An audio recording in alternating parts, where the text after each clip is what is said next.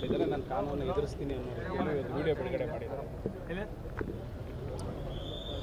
ಪ್ರಜ್ವಲ್ ರೇವಣ್ಣ ಅವರು ಏನು ಇವತ್ತು ವಿಡಿಯೋ ಬಿಡುಗಡೆ ಮಾಡಿ ನಾನು ಬರ್ತೀನಿ ಅಂತೇಳಿ, ಬಟ್ ಅವರು ಮುಂಚೆನೇ ಇದನ್ನು ಮಾಡಬೇಕಾಗಿತ್ತು ಕೆಲಸ. ಮುಂಚೆನೇ ಅವರು ಅದನ್ನು ಹೇಳಬೇಕಾಗಿತ್ತು. ಹೇಳಿದರೆ ಅದಕ್ಕೊಂದು ಅರ್ಥ ಆಯಿತು. ಇದು ಭಾಳ ಟೂ ಲೇಟ್ ಅಂತ ಅನಿಸುತ್ತೆ. ಇಷ್ಟಾದ್ರೂ ಕೂಡ ಈಗಲಾದರೂ ಹೇಳಿದಾರಲ್ಲ, ಬೇಗ ಬಂದು ಅಟೆಂಡ್ ಆಗಿ, ಕಾನೂನಿಗಿಂತ ದೊಡ್ಡವ್ರು ಯಾರೂ ಇಲ್ಲ, ಕಾನೂನು ಪ್ರಕಾರ ಮಾಡಬೇಕು. ಷಡ್ಯಂತ್ರ ಮಾಡಿದರೆ ಕೋರ್ಟ್ ಮುಖಾಂತರ ಎಲ್ಲರಿಗೂ ಕಣ್ಣು ಕಾಣಿಸ್ತಾ ಇದೆ. ಷಡ್ಯಂತ್ರ ಮಾಡಿರೋದು ನಿಜ.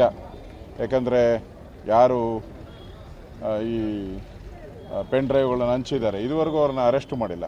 ಕೋರ್ಟ್ ಬೇಲೂ ಕೊಟ್ಟಿಲ್ಲ ಅವರಿಗೆ.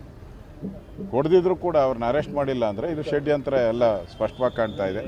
ಇದು ಕಾಂಗ್ರೆಸ್ ಒಕ್ಕಲಿಗರನ್ನ ಮುಗಿಸುವಂಥ ಒಂದು ಷಡ್ಯಂತ್ರವನ್ನು ಮಾಡಿದ್ದಾರೆ ಕಾಂಗ್ರೆಸ್ ಅವರು. ಅದರ ಭಾಗವಾಗಿ ಇದನ್ನು ಕೂಡ ಮಾಡಿದ್ದಾರೆ.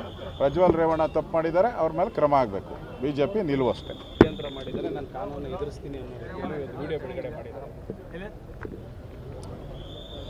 ಪ್ರಜ್ವಲ್ ರೇವಣ್ಣ ಅವರು ಏನು ಇವತ್ತು ವಿಡಿಯೋ ಬಿಡುಗಡೆ ಮಾಡಿ ನಾನು ಬರ್ತೀನಿ ಅಂತೇಳಿ, ಬಟ್ ಅವರು ಮುಂಚೆನೇ ಇದನ್ನು ಮಾಡಬೇಕಾಗಿತ್ತು ಕೆಲಸ.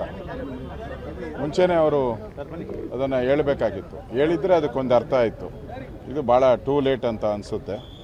ಇಷ್ಟಾದ್ರೂ ಕೂಡ ಈಗಲಾದರೂ ಹೇಳಿದಾರಲ್ಲ, ಬೇಗ ಬಂದು ಅಟೆಂಡ್ ಆಗಿ, ಕಾನೂನಿಗಿಂತ ದೊಡ್ಡವ್ರು ಯಾರೂ ಇಲ್ಲ, ಕಾನೂನು ಪ್ರಕಾರ ಮಾಡಬೇಕು. ಷಡ್ಯಂತ್ರ ಮಾಡಿದರೆ ಕೋರ್ಟ್ ಮುಖಾಂತರ ಎಲ್ಲರಿಗೂ ಕಣ್ಣು ಕಾಣಿಸ್ತಾ ಇದೆ. ಷಡ್ಯಂತ್ರ ಮಾಡಿರೋದು ನಿಜ. ಯಾಕಂದರೆ ಯಾರು ಈ ಪೆನ್ ಡ್ರೈವ್ಗಳನ್ನು ಹಂಚಿದ್ದಾರೆ, ಇದುವರೆಗೂ ಅವ್ರನ್ನ ಅರೆಸ್ಟ್ ಮಾಡಿಲ್ಲ. ಕೋರ್ಟ್ ಬೇಲೂ ಕೊಟ್ಟಿಲ್ಲ ಅವರಿಗೆ. ಕೊಡದಿದ್ರೂ ಕೂಡ ಅವ್ರನ್ನ ಅರೆಸ್ಟ್ ಮಾಡಿಲ್ಲ ಅಂದರೆ ಇದು ಷಡ್ಯಂತ್ರ ಎಲ್ಲ ಸ್ಪಷ್ಟವಾಗಿ ಕಾಣ್ತಾ ಇದೆ.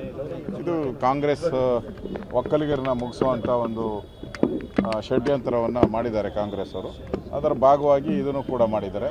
ಪ್ರಜ್ವಲ್ ರೇವಣ್ಣ ತಪ್ಪು ಮಾಡಿದ್ದಾರೆ, ಅವ್ರ ಮೇಲೆ ಕ್ರಮ ಆಗಬೇಕು. BJP ನಿಲುವು ಅಷ್ಟೇ.